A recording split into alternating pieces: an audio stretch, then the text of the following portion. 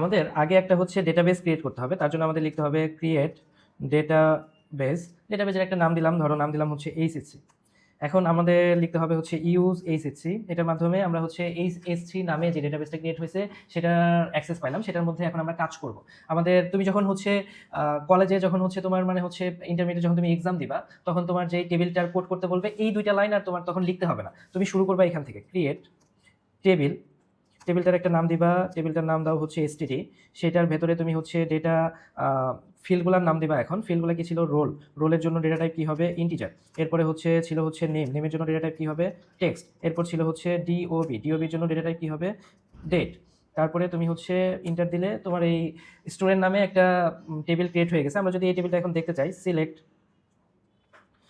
এটার মানে হচ্ছে অল ফ্রম এসটিডি। এটা যদি আমরা দেখতে চাই, দেখো এটা কি এমটি সেট দেখাচ্ছে। কারণ হচ্ছে এইখানে আমরা কি করি নাই, কোনো কিছুই এখন পর্যন্ত ইনসার্ট করি নাই, মানে ডেটা ইনপুট করি নাই। ডেটা ইনপুট করলে তখন আমরা দেখতে পারতাম।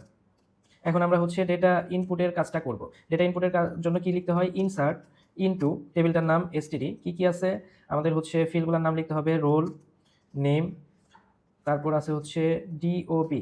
এই রোলের ভেতরে কোন ভ্যালুসটা ইনপুট হবে সেটা বলে দিতে হবে। রোলের ভেতরে যাবে হচ্ছে 1। তারপরে আমাদের হচ্ছে নেমের ভেতরে যাবে হচ্ছে, আমাদের ফার্স্ট নেমটা কি ছিল? মোহাম্মদ। তাহলে মোহাম্মদ যাবে হচ্ছে নেমের ভেতরে।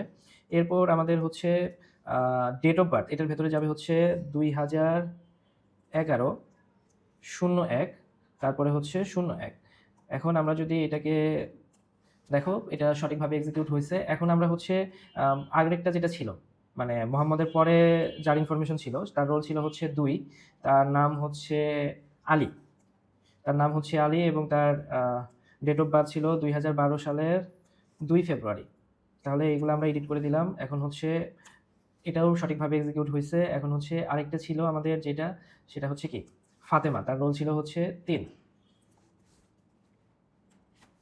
তারপর হচ্ছে 2013 সালের 3 মার্চ তার জন্ম ছিল। তো সেটা আমরা লিখে দিলাম। এখন যদি আমরা হচ্ছে ইন্টার দেই, আমাদের 3টা রেকর্ড ছিল, 3টা রেকর্ডই আমরা ইনসার্ট করলাম। এখন হচ্ছে আমরা এখানে হচ্ছে দেখব যে সিলেক্ট, মানে পুরো টেবিলটাই দেখব। সিলেক্ট অল ফ্রম টেবিলটার নাম এসটিডি। এটা যদি দেই তাহলে আমরা পুরো টেবিলটা দেখতে পারবো। দেখো আমরা তাহলে কি করলাম, আমি শুরুতে তোমাদের এই টেবিলটা তৈরি করা শিখাইছিলাম। হ্যাঁ, এই টেবিলটা কিভাবে কোড করতে হয় সেটা দেখাইছিলাম। এখন সেটা আমরা প্র্যাকটিক্যালি করলাম। প্র্যাকটিক্যালি আমরা একটা টেবিল ক্রিয়েট করছিলাম। সেই টেবিলের মধ্যে কি করলাম? ডেটা ইনসার্ট করছি। Insert into STD, roll, name, date of birth, ভ্যালুসগুলো দিছি। ফার্স্ট রোয়ের জন্য, ফার্স্ট রেকর্ডের জন্য, সেকেন্ড রেকর্ডের জন্য দিছি, আবার থার্ড রেকর্ডের জন্য দিছি। যখন আমরা এই যে এইটা লিখছি সিলেক্ট অল ফ্রম এসটিডি, তখন আমাদের কি হয়েছে? পুরো টেবিলটা ভিজুয়ালাইজ হয়েছে। তো আমরা এইরকম আরো অনেকগুলো কুইরি করব।